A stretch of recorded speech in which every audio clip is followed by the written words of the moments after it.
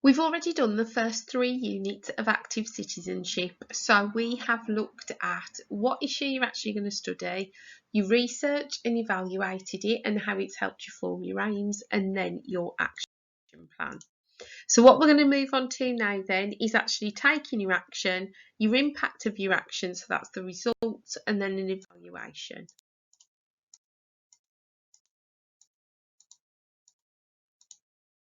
So all of this you should have done.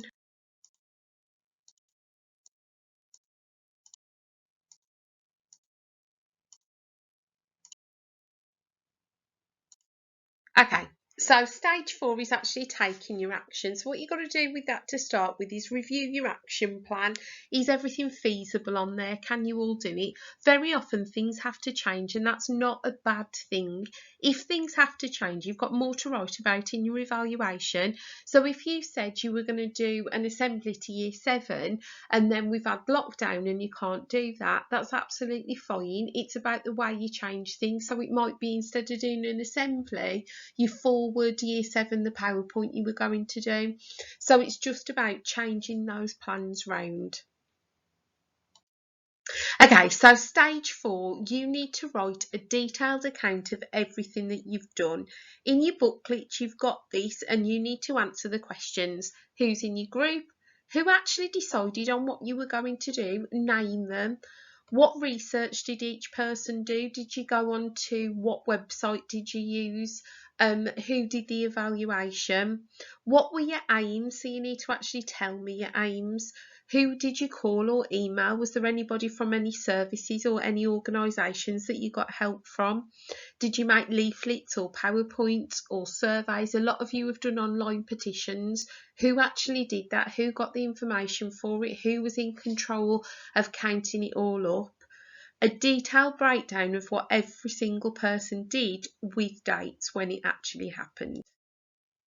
Okay, so stage 4 is really just doing the action, and you guys should have done that by now. Now we move on to stage 5, which is basically the results, the impact of the action.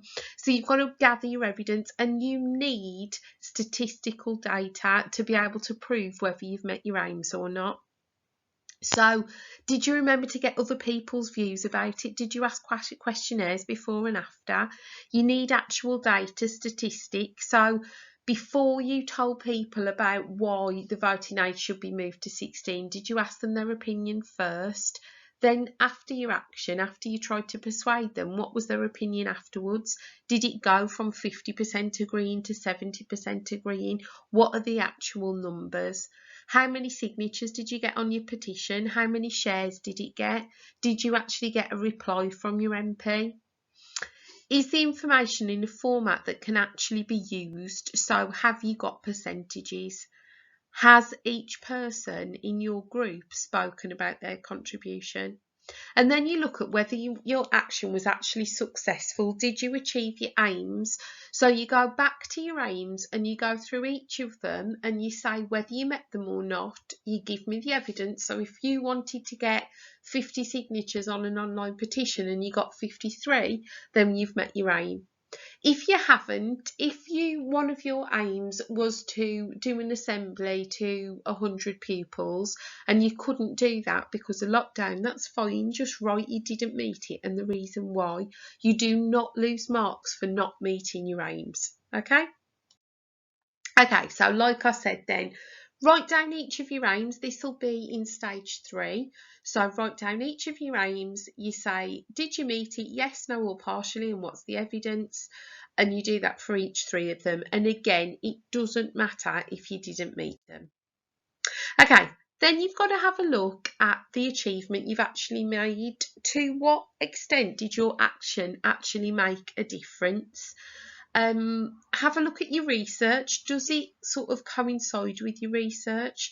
Was it a good piece of action or could it have been done better? Think about on a local level, how much of a difference have you made? If you've sent a PowerPoint to kids in Dormston School and you've changed 40% of their minds, that's on a local level, you've made a difference. Then you could look at community level, so kind of the wider community. Have you done something that's affected Sedgley or Dudley? And then you look at a national level. Have you done anything that's influenced changes in the whole country?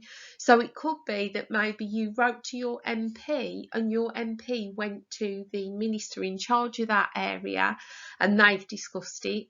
On each level, local, so school, community, so Sedgley, Dudley and so on, and then national, how much of an impact have you made? Doesn't matter if you haven't, you just have to be able to explain it. So I've given an example here, and I've said on a local level in my school, I've made a difference by educating 30 Year 8 pupils about the issue of child poverty. I did this by showing them a PowerPoint we made and handed them out leaflets. They now know the statistics of the problem and where they can get help if they need it or their friends. I also changed their minds, as at the start only 10 out of 30 thought child poverty was a problem in the UK, and afterwards 29 out of 30 thought it was, so I made them aware of the problem. So on a local level, I've been successful. Then I look at the next level up, which is a community level. So this is looking at the local area. And I said I've made a difference as I raised £50 by holding a raffle for a local charity that helps children in poverty. They said this money will go towards funding a week's meals for a local child. This is good as they can have a few days where they're eating well. To improve, I could have raised more money that could have funded more meals for children. So I've said on a local level what I've actually achieved, reflected on what that can actually do. So I've not just said I've raised money, I've said what that money will do and also how I could improve it. And then I look at a wider scale, so a national level. I've not really made a huge difference. The charity was local and I only inform local pupils. However, now I've educated those pupils, perhaps they could inform others and be inspired to raise money themselves. So you've always got to think your impact can inspire others to go and do something too. So for each of the 3 levels in your booklet, you fill in: have you made an impact? What's the evidence to back it up? What could you have done differently to make it even better? And then we move on to stage 6, which is the full evaluation of the whole process. Evaluation means looking at what was good, what was bad. So what went well and what could have been differently. So you reflect on your action. What were the successful elements of the investigation? It could have been things like working together as a team. Maybe you've not really done much group work before and actually you found out that you could do it, you could assign different roles and then it all came together quite well. It could be that actually you got a lot more signatures on a petition than you thought, or maybe you raised some money you weren't counting on doing so. So what actually went well? How could things have been improved? So perhaps one person wasn't really working, didn't do the bits they were supposed to. You had to take up the slack and ended up doing more work than you should have done. Maybe you wanted to go and do some voluntary work and because of the pandemic you haven't been able to go and do that. Maybe you wanted to do something to raise some money but you never got round to doing it, so actually one of your aims couldn't be met. And then what evidence supports your statements? You always need evidence to back up what you're saying. What conclusions can you reach after your action? Do you actually feel like you've made a difference? And also, it enabled you to develop your citizenship knowledge and skills, processes and methods to a real life issue. What have you learned and gained by this? So, for example, you could have learned a skill of questioning. So when you are questioning people from an organisation, maybe before you were quite nervous about doing it, but you've developed those skills to get the information you need. Maybe you made your first survey on forms and you've never made one before, so you developed IT skills as well. You've developed researching skills because now you know how to evaluate research for its validity and reliability. Advocacy, standing up for a viewpoint, you've all had to do that. Maybe it's something that your group was more interested in than you were, but you learnt to put forward an argument and stand up for a cause. Okay, so here we've got a 12-mark question. It says, analyse the ways in which your investigation was a good example of taking citizenship action. It's then got 4 bullet points. So why you chose the issue to investigate, how it improved your understanding of the issue, how you were able to use and develop practical citizenship skills, and the outcome you achieved. The good thing about these 12-mark questions is that there's usually 3 or 4 bullet points, and it's a paragraph per bullet point, so you tick them off as you go through. Remember, you need evidence in every single one of those bullet points. So while you chose the issue to investigate, go back to stage 1, discuss the conversation that you had. Well, so-and-so wanted to do child poverty, however we thought that due to current levels of homelessness that was a more important issue to look at, so on and so forth. How it improved your understanding of the issue. You talk about your research and the validity that it had.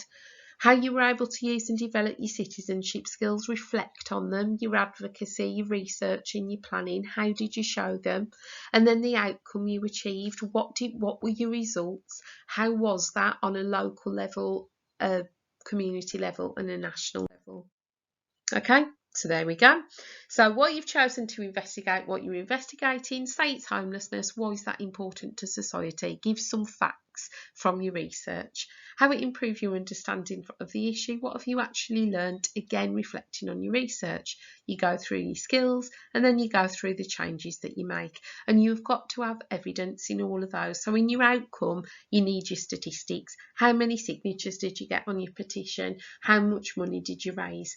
Did it have an impact on a local level, and so on and so forth? Okay, we've then got another couple of questions. So 2-mark question, explain one way your interactions with individuals or groups outside the classroom helped you with your investigation. So what you've got to do with that one, talk about somebody who you talk to, not in the classroom setting, who helped with your investigation. Even if you didn't, so if you did phone an organisation, a charity or a company, or emailed them, you can talk about how that helped you. They could have gave you information that made you know how much money you had to raise, or what the actual issue was, and tell us the facts. If you didn't, loads of you have done form surveys for the rest of the school. How has that helped you? What has that told you? And how has that helped you in your project? And then your 4-mark question, discuss which part of your investigation process was the most difficult and explain why. So all you've got to do is tell me what was hardest and why, and then why it was more difficult than anything else. So for example, you might say, well, the most difficult part of our investigation was actually forming an action to do. Because of the pandemic, we wanted to go out and volunteer and help feed the homeless, but due to social distancing rules, we haven't been allowed to do this. Therefore, it was really hard to try and make a difference. We couldn't raise money in school, so we simply ended up doing an online petition about encouraging the government to support homeless people more. This is more difficult than the research, it's more difficult than the group work, simply because we're restricted in what we could do, and so on and so forth. And then we've got a 6-mark question. Evaluate the extent to which your investigation was an example of effective active citizenship.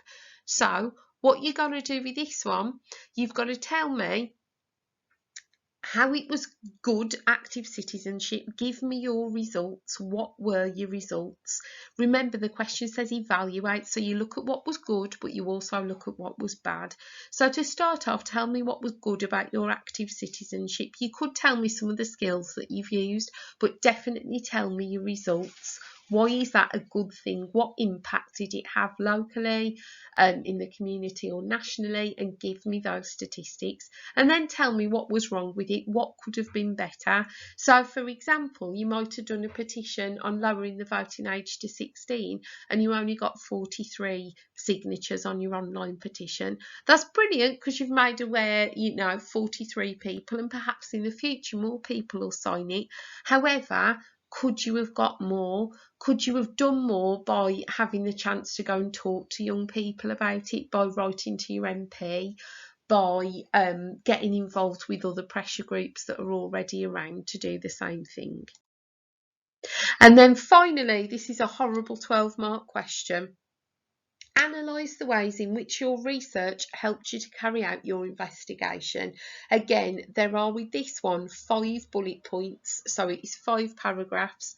So to start with, the range and type of research you did, you literally just tell me what research you did with that. So for example, I might say we did some secondary research by Googling a homeless charity called Shelter on the internet. We also looked at some homeless statistics on the government website. Furthermore, we did some primary research by asking students at Dormston School whether they thought homelessness was a big problem. How your initial research helped you to choose the issue to investigate. So this is saying, did your research make you want to carry on looking at your ideas, or did you change it slightly? So for example, I know there's some groups who originally wanted to campaign for getting sanitary products to be tax-free. When they started their investigation and their research, they found out that that's already in place.